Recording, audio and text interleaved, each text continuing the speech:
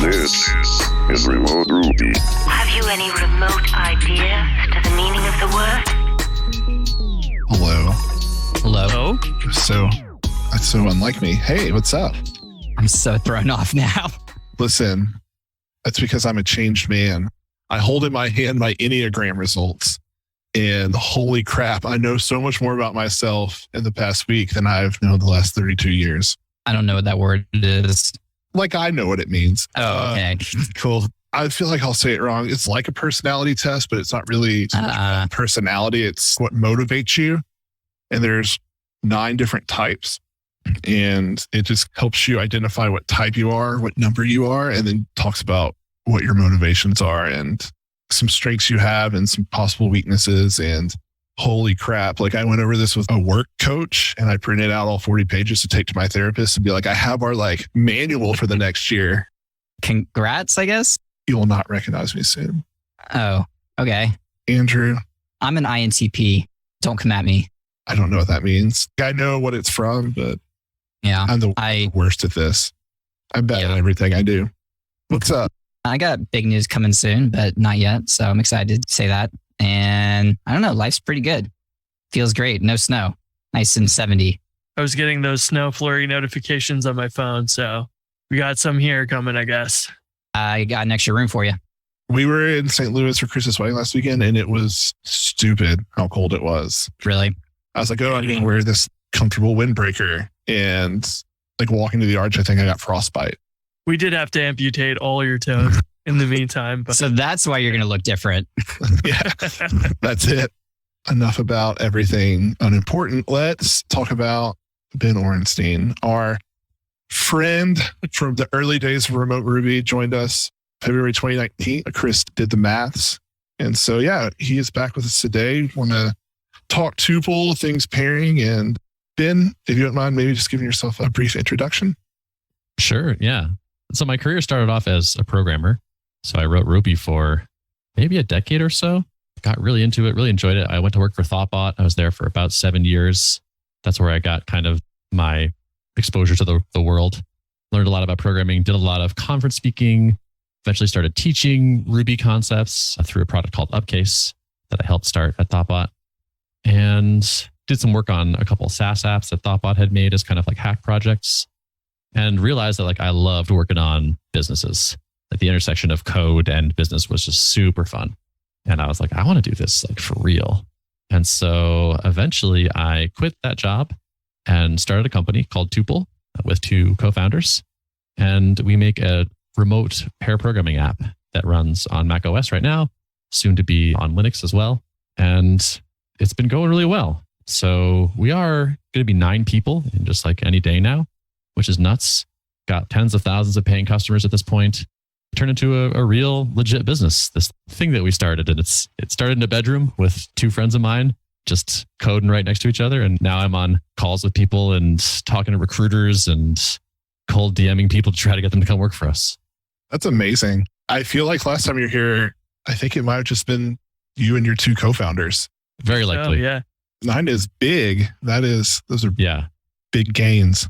Before we dig into some Tuple stuff, I don't know if I've ever told you this, but the Upcase stuff was so critical in my career because when I was a beginner, it felt like there was a lack between like beginner and advanced content. And like Upcase was like that middle road. I was really craving it. And so I hear your voice like talking to you, and I still see you sitting there explaining concepts in those videos. So it's cool. I'm so glad it was helpful because it was a lot of work. I can imagine. I made 1 course and I'm not sure I'll ever do it again. So yeah, one of the worst things best and worst things we ever did was decide to like commit to a production schedule where we put out a video each week. I think it helped the company, like revenue wise, helped it grow, but always having to feed the beast is pretty brutal, as I know Chris is aware. Yeah, all too aware. I remember one time I saw Ryan Bates had said something about taking 40 hours to make 1 video. And I was always like, that's ridiculous. But It is exactly that. It is a huge pain. The never ending content hamster wheel. And Ryan Bates made his, last Railscast June 16th, 2013, and has not, I think he didn't touch a computer for like 6 years. Oh man. And now he's back. He's back though. Yeah. I saw him active on Twitter. Yeah. Like daily. It's surreal. It feels like it's 2014 again. Yeah. It's pretty crazy. So you went from being the Vim guy and making these Ruby tutorials and stuff. Now you are CEO of a company with almost 9 people now. How has that transition been? Because I feel like last we talked, you were doing that work and getting used to that, but still kind of very heavy in product and development on stuff. But I'm going to guess that it's much more about people and running a company now instead of writing code or managing projects like that. So I'd love to hear how things have changed. Yeah. The analogy I use is that it has been like moving from a first person shooter to a real time strategy. So I do less and less stuff myself and more marshaling forces and sending them around and making decisions at a higher level. And there's this constant tug of, we have a problem. Do I jump in and solve the problem? Or do I try to solve this class of problem forever by hiring someone to take care of these problems? And it's interesting. I like it. It's completely unlike programming, but it's still a good time. Yeah, that is a really awesome way to look at it because, you can have one-off things that come up that you can just we'll fix that or whatever. But then design or something like that is a recurring problem that you're like, let's just hire a designer for that. Have you had struggles? Now you've got to interview people. Now you got to manage people, delegating. That's a lot of, I feel like probably quite a bit different of a day-to-day than you were used to. Like if you had to unlearn stuff in order to make it through that? I don't know about unlearn so much, but definitely learn. I am screwing stuff up pretty regularly. Or coming into a new skill, you just don't know how to do it well. So it's like, how do you interview someone really well? Well, you kind of have to do a lot of them to get good at it, like everything else. And so my life is actually kind of constantly, like my work life, moving between things that I'm not very good at. Where it's like, okay, we need to hire a marketing person. How the heck do you do that exactly? How do you hire for roles that you've never done yourself? How do you solve large coordination problems at companies? How do you decide between competing priorities? There are all these complicated skills that need lots of reps. And typically when I get the hang of something, it's usually time to go move on to another thing. Like we're getting all these inbound sales leads from these big companies. So like we have a self-serve sign up. We're like, please just enter a credit card. No, we need to do the big company stuff. We need you to fill out the security audit. We need you to fax us a copy of your certificate of insurance. We need all these things. And I was like, well, there's kind of too much money here to ignore this. And so I basically was like, let me learn how to do enterprise sales. And so I spent 6 months just being like, okay, I'm the salesperson and just figuring out these things and doing a lot of Googling and reaching out to people that kind of know what they're doing and asking them questions. And then eventually hiring someone for that role once I sort of had the gist of it and then stepped away from that. And now I don't think about sales almost at all because someone else is managing that and swiftly moved over to a brand new thing. All right. How about marketing? All right. Well, I don't know. Let's start learning this from scratch as well, or from scratch-ish. Is that kind of a common thing for you where it's an area you don't know about, but before hiring you want to get the hang of it first so you know how to hire? Or have there been areas where you're like, I'm not going to touch that. Let me just hire someone? I guess it's been both. Like it's naive to think that you are going to come in and with a few months of experience, really get the hang of a complicated job and then enough to really make savvy calls on people. I think it helps to have the lay of the land a bit. I think you interview a bit better, but I also am not fooling myself into thinking I'm an expert. Like I can interview someone like I would a developer position or something like that. So it's still tricky. Yeah, that makes sense. So last time I was listening to Art of Product, y'all were talking a lot about you hiring on these new people and then you trying to figure out ways to document all the things that you've been doing, right? That these people now need to be privy to. How has that kind of evolved or changed, or how did that play out? Ongoing. I think it's it's sort of an eternal struggle actually, is communication at quote unquote scale, I guess. We're not huge, but still we are distributed. And so when you're not all in the same bedroom anymore, information does not just automatically flow. And so there needs to be deliberate communication. And so we're figuring out what our processes are there. We do send out a weekly email now that bounces between departments. So sales will be here's an update on the last month of sales. And then it goes over to engineering. It's here's an update on the last month of engineering, that sort of thing. but that's our current thing. And I think that will continue, that will evolve forever, basically. Every time you add a few more people, it's like all the old stuff doesn't work anymore, or like we discover a better way or find some deficiencies. I think you could have me on here in another 2 years and I'll say, oh yeah, I'm still spending a lot of time thinking about how do we communicate well and make sure everyone's on the same page. As a technical CEO, do you find yourself seeing these processes like, oh, well, we need to send out these emails and all this and wanting to kind of reach for code when maybe code isn't the right solution? I think actually I have a healthy suspicion about code. So I would say I'm probably more likely to suggest that we don't write a thing and use some off-the-shelf service or some old-fashioned manual process as opposed to writing more code. That is quite the senior answer right there. Yeah. I think I've done it long enough that I know the long-term maintenance costs of something that feels like a small, easy one-off. So Tuple is a Mac app, but y'all actually have a Rails app somewhere in there. So I'm kind of curious as to what that thing is doing, because I've used Tuple since the beginning. I don't have a current subscription, but will soon, hopefully. But I love it. I've used it at several prior companies. So I'm super interested in what that Rails app is doing, given like how much of it's probably Swift or C#. So Tuple is a desktop app. So there's no browser-based version of Tuple that had the performance that we wanted. We sort of tried. You just can't do what we want to do because we knew that it was important to have super high quality, really low latency, low CPU use, that kind of thing. And there's only limited APIs from the browser. So we're like, okay, we have to write a desktop app. So Tuple is mostly a lot of C++. There's like a cross-platform C++ engine that handles all of the real-time stuff and like all the screen sharing and the webcams and the audio and things like that, connection negotiation. And then there is a fairly thin Swift layer on top of that, which is all the Mac-specific stuff for doing windowing and some UI stuff. And that's what's being worked on right now on the Linux side, is that we're building the equivalent of that over on Linux in GTK. So the Rails app is actually the back end of the service. So it's where you go to create an account. It's where you go to manage billing and invoicing and things like that, see the team. And the Rails app is sort of often a place the client will ask questions like, who's on my team? Things like that. Does it interface with the Mac desktop client at all? Yes, it does. Yeah. So like if you want to generate an invite for something, for example, I want to add another person to the team, enter your email here, that triggers an API call to the post to the Rails backend that then generates the email invite, for example.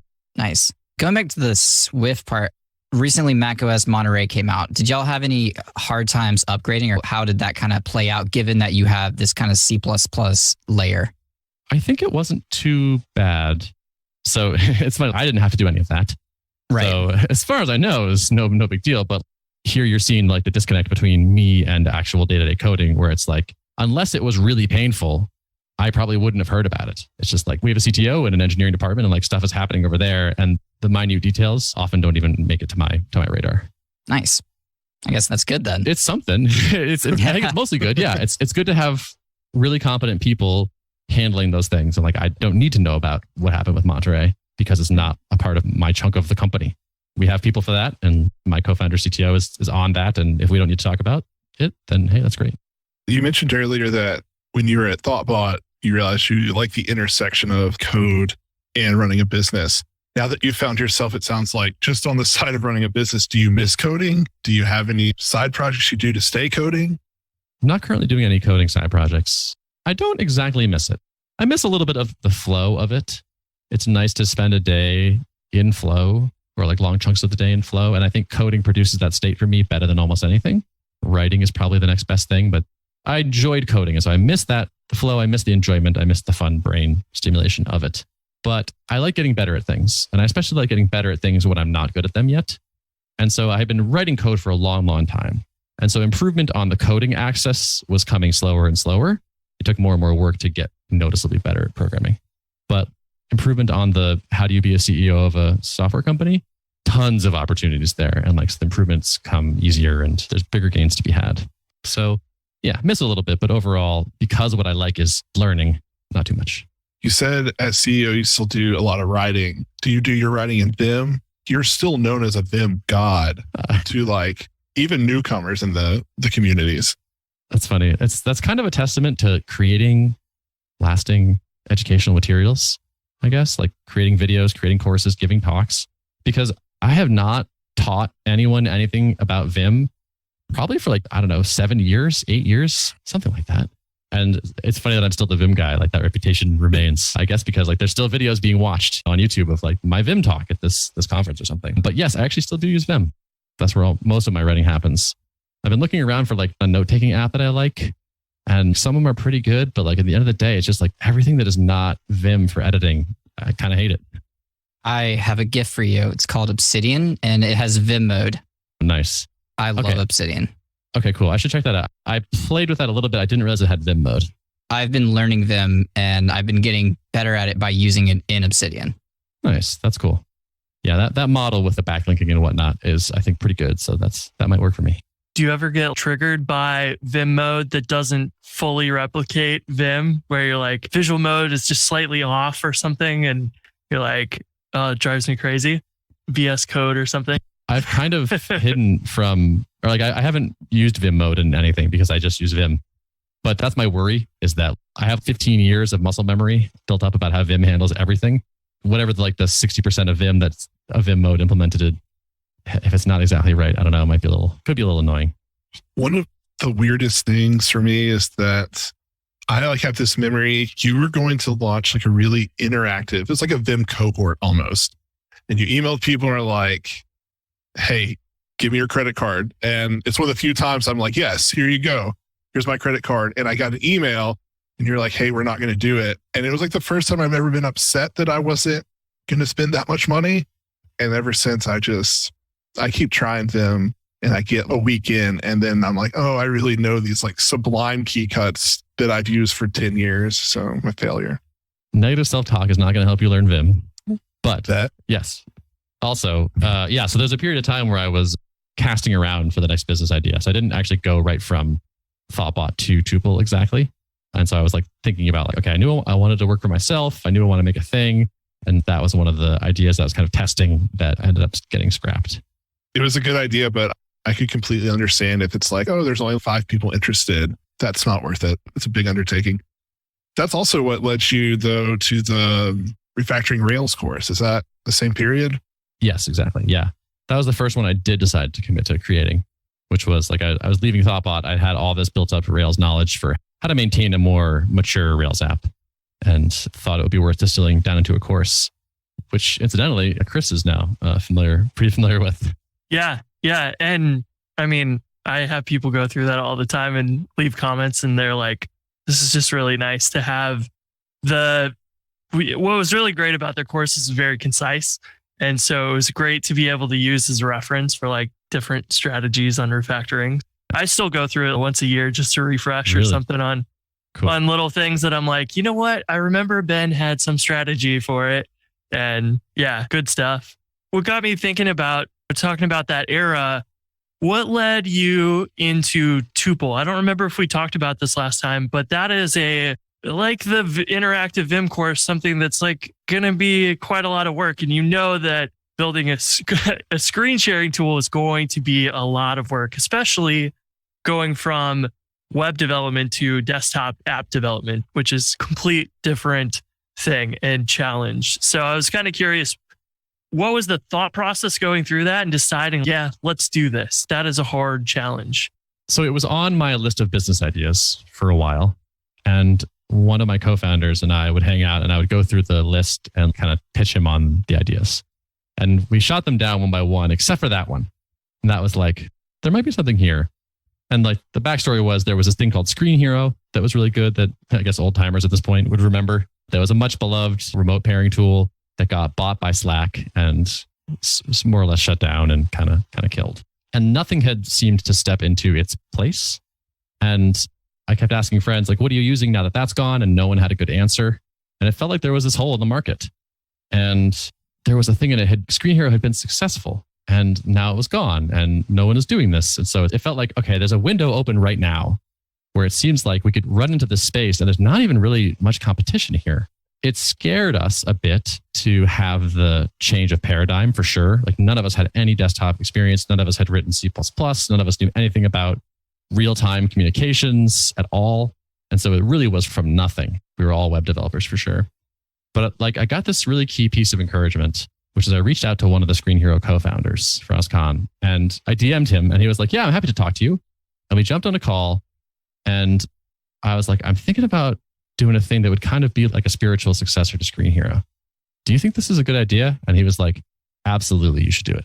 And he basically just convinced us that like, yeah, it's hard. You're going to have to learn C++. That's going to be really annoying, but you can figure it out. The latency is really important. So make sure you focus on that. Don't screw that up. But he said, yeah, there's a gap in the market. Your read of the situation is correct. Believe in yourself. Go get it. And that nudge at just the right time was just like, okay, this is happening.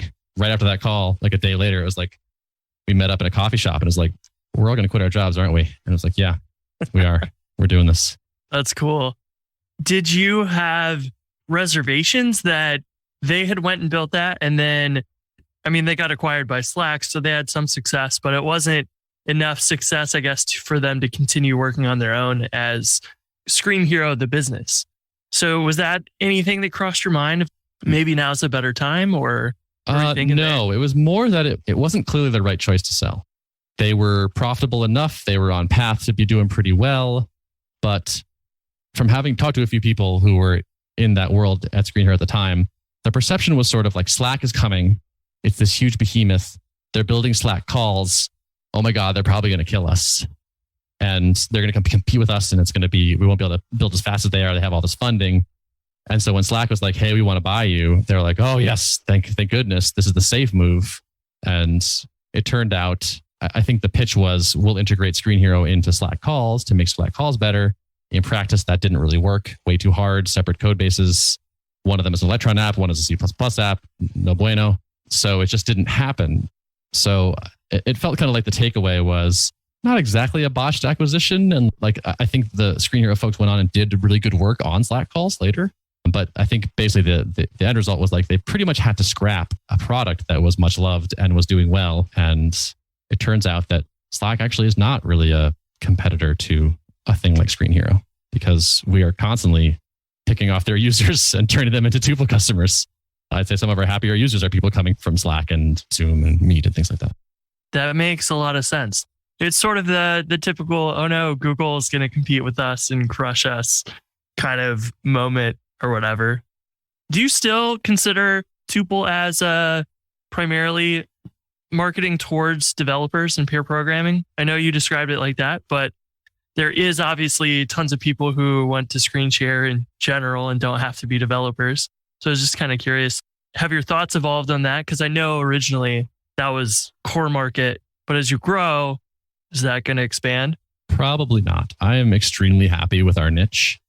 It lets us make a tool that is really well loved by our niche. We don't have to go wide at all. We don't have to compromise on what we care about. It can be nerdy. We have some like nerdier features coming this year, I suspect, that will be like appreciated by developers, but would make no sense for people outside that market. And that is great, actually. Like, I think there's just so much power in being tightly focused. And I would be shocked if we had 2% of Mac developers using Tuple at this point. I have no idea what the actual number is, but it's like every day there's more programmers. Every day there's more remote programmers. I have no worry about this market being big enough for us to have amazing lives running a company that is, doing quite well.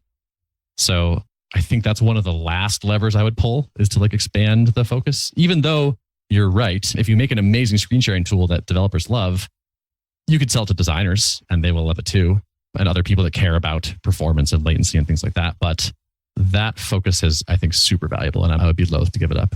Yeah, I really like that answer because you can go far and above service the developers that do want those weird features. And Zoom will never go that far. No other tool will go that deep into those unique things that developers will benefit from for screen sharing. And that is a great strategy when you're building a business and you want to differentiate. Just go super deep on some market and no one else is going to bother with if you have that many Mac developers, then yes, maybe eventually they consider some of those problems, but they're going to want to just go serve whatever generic Windows users and the generic big company approach.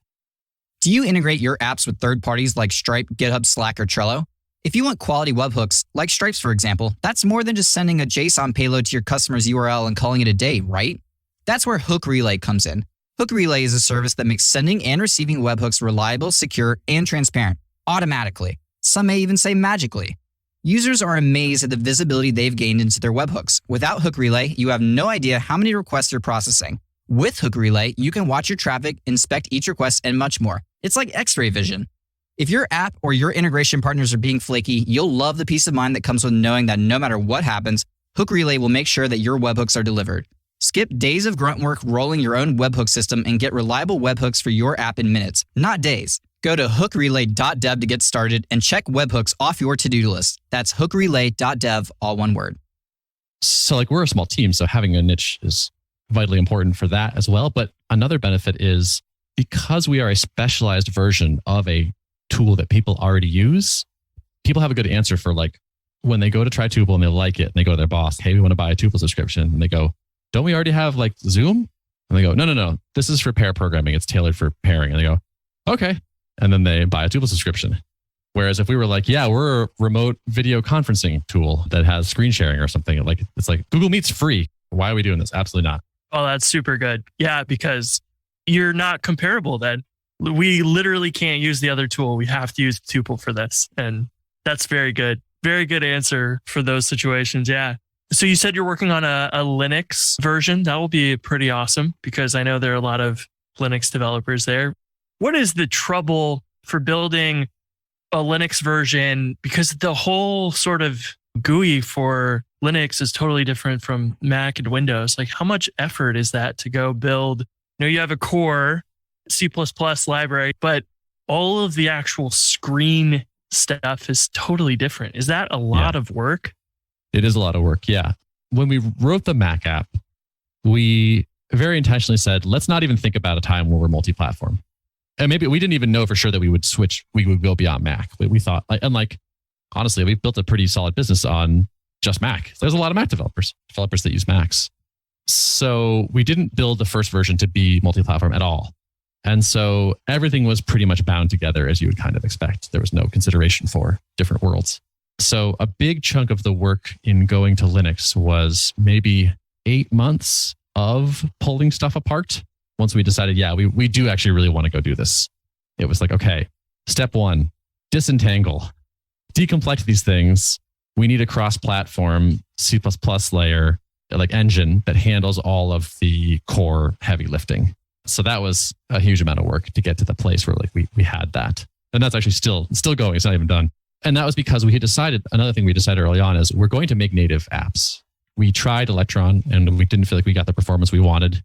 We were fighting. We didn't like the memory use and things like that and how much hacking and recompiling we'd have to do to get it to do what we wanted. So we said, all right, let's make a real native app. And so we were committed to doing a native app on Mac OS. And then when we go to Linux, like we want to do the same thing. We're not going to use an Electron app for Linux or something. So that's kind of the hard way of doing both those things. And so it takes longer than it might otherwise. But we believe pretty strongly that that's the thing that developers care about. Like when it's not Electron, that wins points. When it loads quickly and uses native windows and native dialogues and things like that. Yes, this feels like a real first-class quality product on this operating system. Yeah, and you can absolutely feel that. Plus, Electron doesn't even makes sense in the case of like Slack. You need that to run in a browser on the web and for the desktop too. But like screen sharing, you have all this rendering stuff and browser features that you're just not going to ever use. And it makes a lot of sense to build something native. Is it something that there's a lot of different desktop rendering options and things in Linux? Is that problematic to make something compatible with a lot of things? Or are you just targeting KDE or GNOME or some of the most popular ones? Or we'll see how that goes. In theory, there are like abstractions that we will get away with that will help make this easier. In practice, we'll see how that turns out. Like right now, we're targeting X11, but then everyone's like, hey, can you do Wayland 2? And we're like, yeah, probably eventually. And like even just determining how do you distribute an app on Linux, like which of the options, all of which are kind of bad, do we choose? Which set of trade-offs are we willing to accept? So it's big. It's hard. We'll see how bad it is. We're in alpha now. We actually have an app. People are using it. It works. We're steadily marching it towards parity with the Mac app. We'll see as we go to like wide release and have hundreds, thousands of users, how that goes. Yeah, I think that sounds quite the challenge.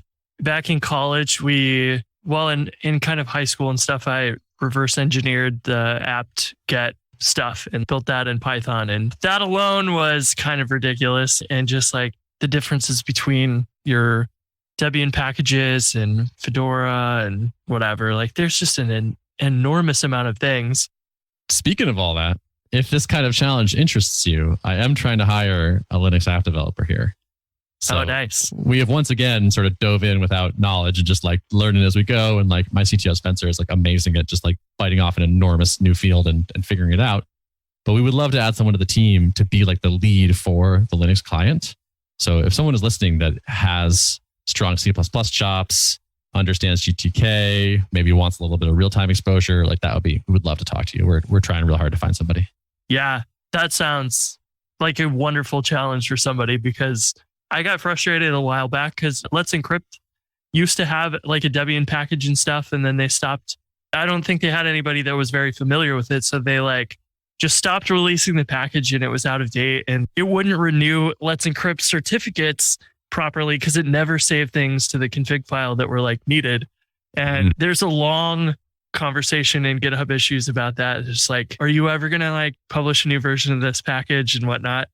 And I think you'll probably see a lot of places are just like, we'll just toss it on GitHub releases as a compiled, executable, and then you just download a new copy instead of trying to manage the Debian repository and making a new version of that for every release of Debian or Ubuntu or whatever. And it'll be interesting challenges for somebody who wants to really get deep into Linux and all the million different ways of dealing with things there.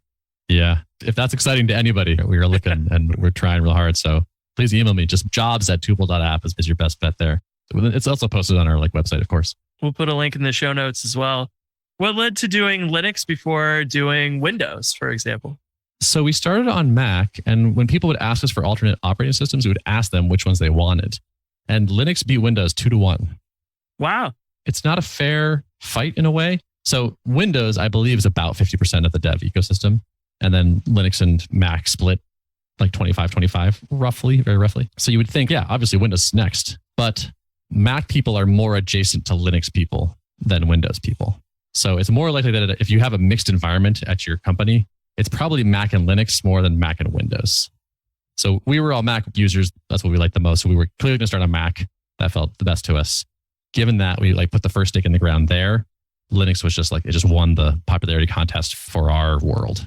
That makes a lot of sense. That is your market and the people you have easy access to, and asking them, it does make sense that Linux would be the first answer over Windows there. Is that something that you're going to push more into once? I assume a lot of the sort of designing for Linux has also got Windows in mind as you go here. Is that going to be one of those big pushes soon? Yes, I think it will be. It's on the plan as of now. We intend to do that. So we'll see how horrible or how wonderful Linux goes and how we feel and how much energy we have and how the recruiting for people to run those projects goes. So things can always change. But as of today, it feels like not being on all three platforms feels kind of foolish for a collaboration app. It's a little bit like we're leaving just a little bit too much on the table. Yeah, it makes sense. I mean, it is one of those things too that it's a huge challenge. So you can't just immediately jump in and start doing all of them at once. Yeah. And then you have these parallel apps evolving in parallel. If we want to add a new feature, well, how does it work over here? Oh, we don't have access to that API over here. So how are we going to build this thing? And so I'm already a little bit nervous about what life looks like with 2 apps. So currently, I don't know if my heart can handle 3 right now, but we will see if I gain the courage as time goes on and we say, all right, yeah, let's do it. Let's go. Yeah, because there is some of that magic that you can display the webcam on my screen, but it doesn't go across the stream. Right. And you're like, if I was naively building screen sharing, it would assume it's just whatever I see here is being sent over. And obviously there's some operating level integration to be able to we're just going to make this window invisible across the stream. And that's super cool, but also probably something very specific to the Mac or Linux or Windows.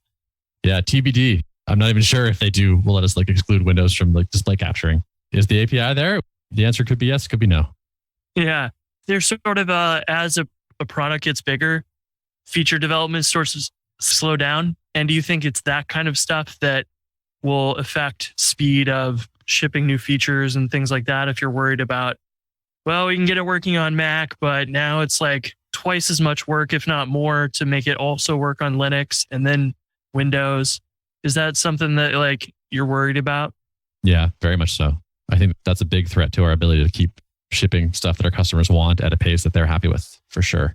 So that to me is like the big thing to keep our eye on, and why I want to spend some time having 2 clients and seeing like what kind of team do we need in order to maintain good pace, and what kind of processes do we have to have in order to keep doing that. Because the essential function at Tuple is figure out what we should build next, mostly through customer input, make good decisions about how to build that, ship it, get it out the door, make people happy, and just like keep running that loop again and again as fast as we can. That's like the core competency that we have to be able to do.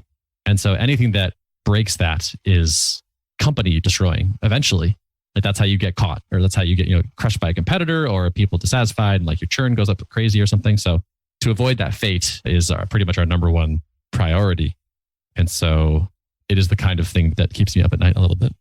Yeah, fair enough. I mean, I feel like you've done a really good job on all of this by making it just the Mac app for as long as you can. And that keeps the iteration fast. And you even did pricing wasn't public for the longest time so that you could test all of that. And having public pricing slows you down from testing pricing. So I think I've seen a lot of little things like that you've done that gave me good ideas or strategies on, yeah, you know what? We should just figure this out and keep it small intentionally so we can see exactly what we want to commit to for the long term instead of do everything public. And then guess what? Then you're kind of on the hook for all of that.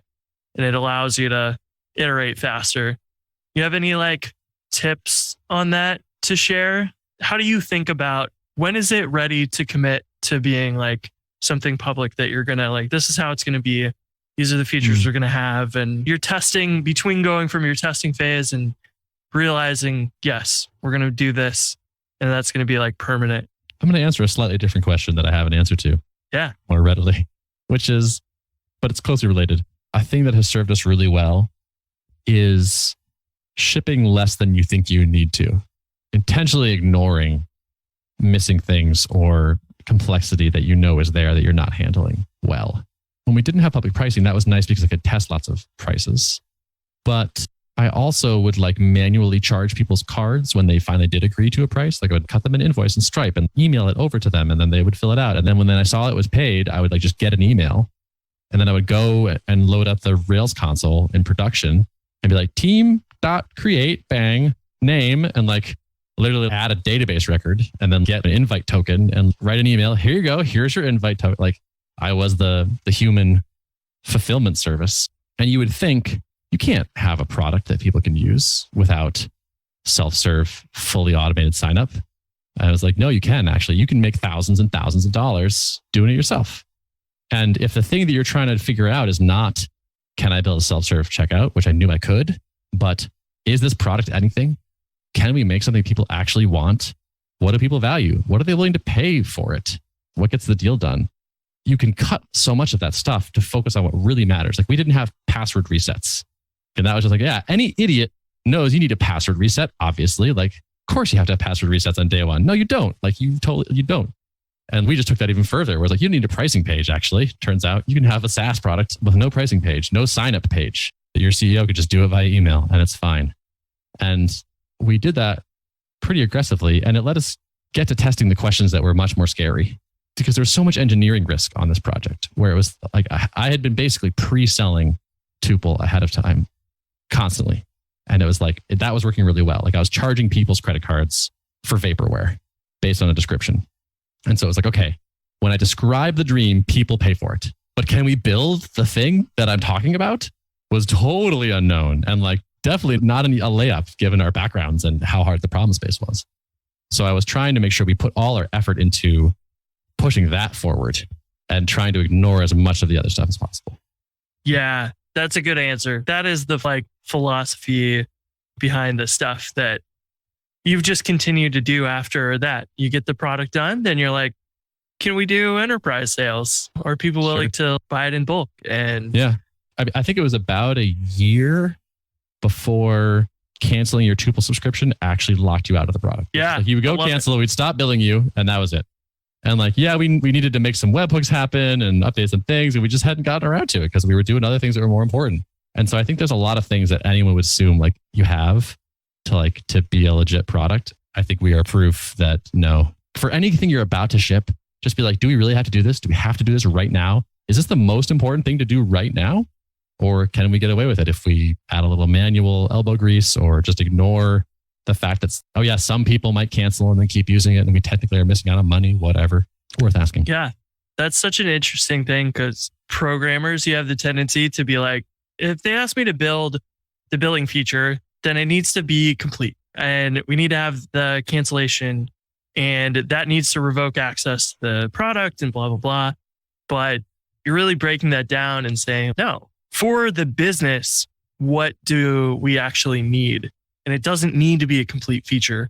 That might be something a little off-putting maybe to some developers or like just feels very unintuitive, but it's really coming from a business first emphasis, not software. You're not building complete software. You're building a business. And that's the more important thing. There's no such thing as complete billing, right? Like billing is infinitely deep effectively. So you're already drawing the line somewhere.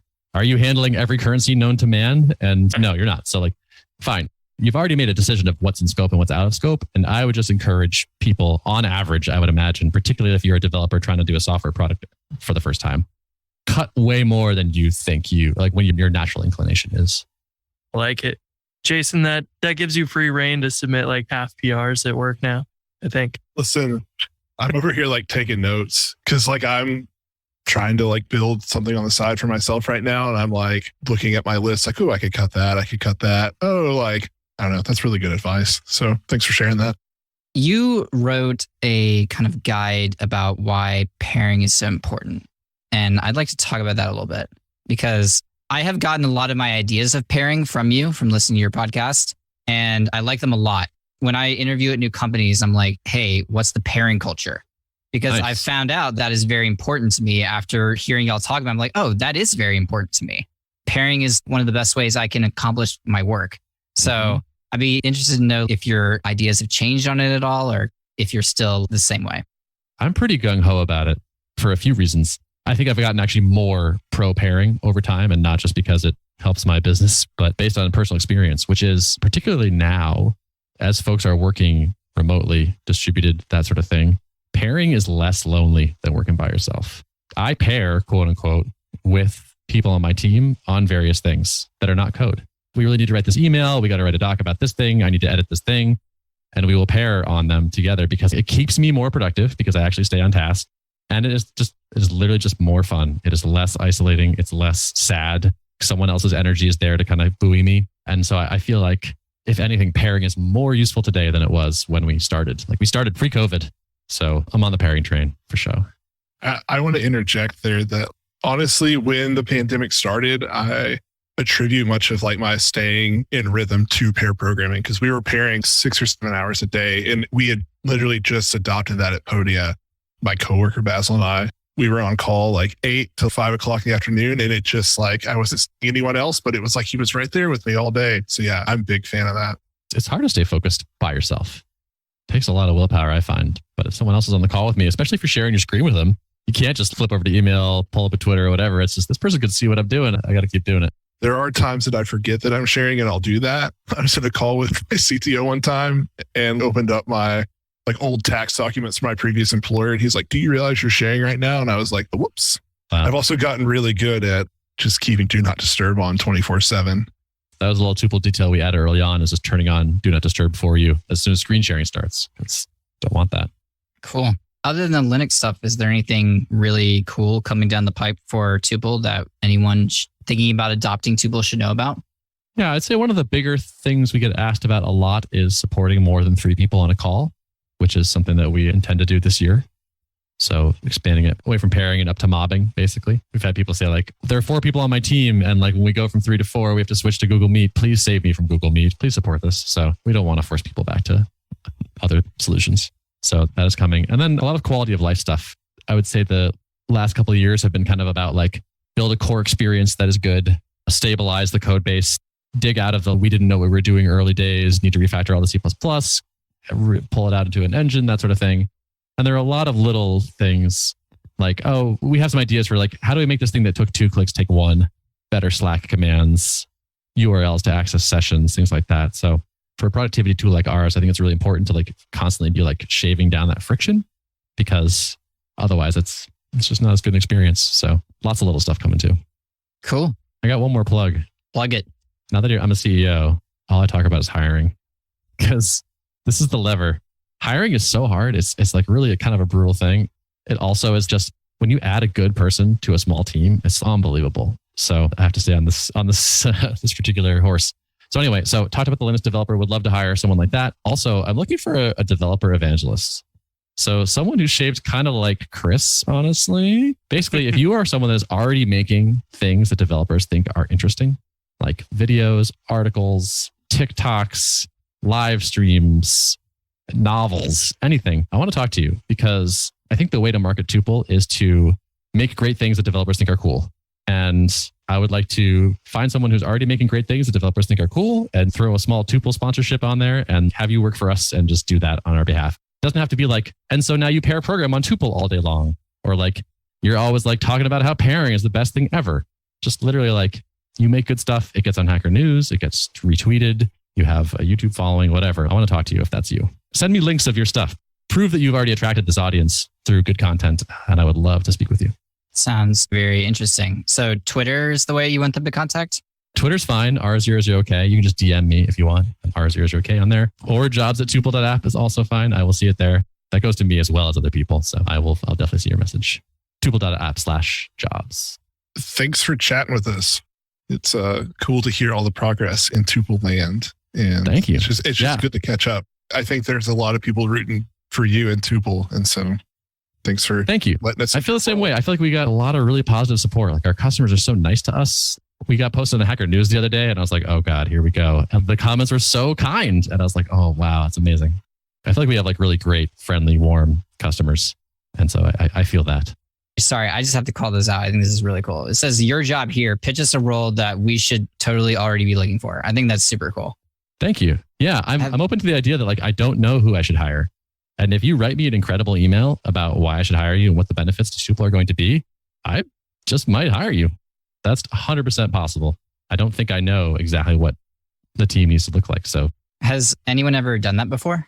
People have done it. I have not hired someone exactly off that post or off that particular thing, but I have tweeted random things like, I'm thinking maybe I should hire a chief of staff because it seemed like maybe it would work this way. Someone reached out, wrote me a phenomenal email. We interviewed, we started, he hires. I have a chief of staff now. He's great. So it works. I love that openness of like, I don't know what the company should be like, and you're just open about it. And that attracts such good people sometimes because they're like, yeah, you know what? I spotted something that we can really help with. And totally. Like, I would love to discover a blind spot and have someone just sell me, you're being dumb. Look at this. Like you should do this. I'm like, oh yeah, you're right. I would love that experience. So please hit me up.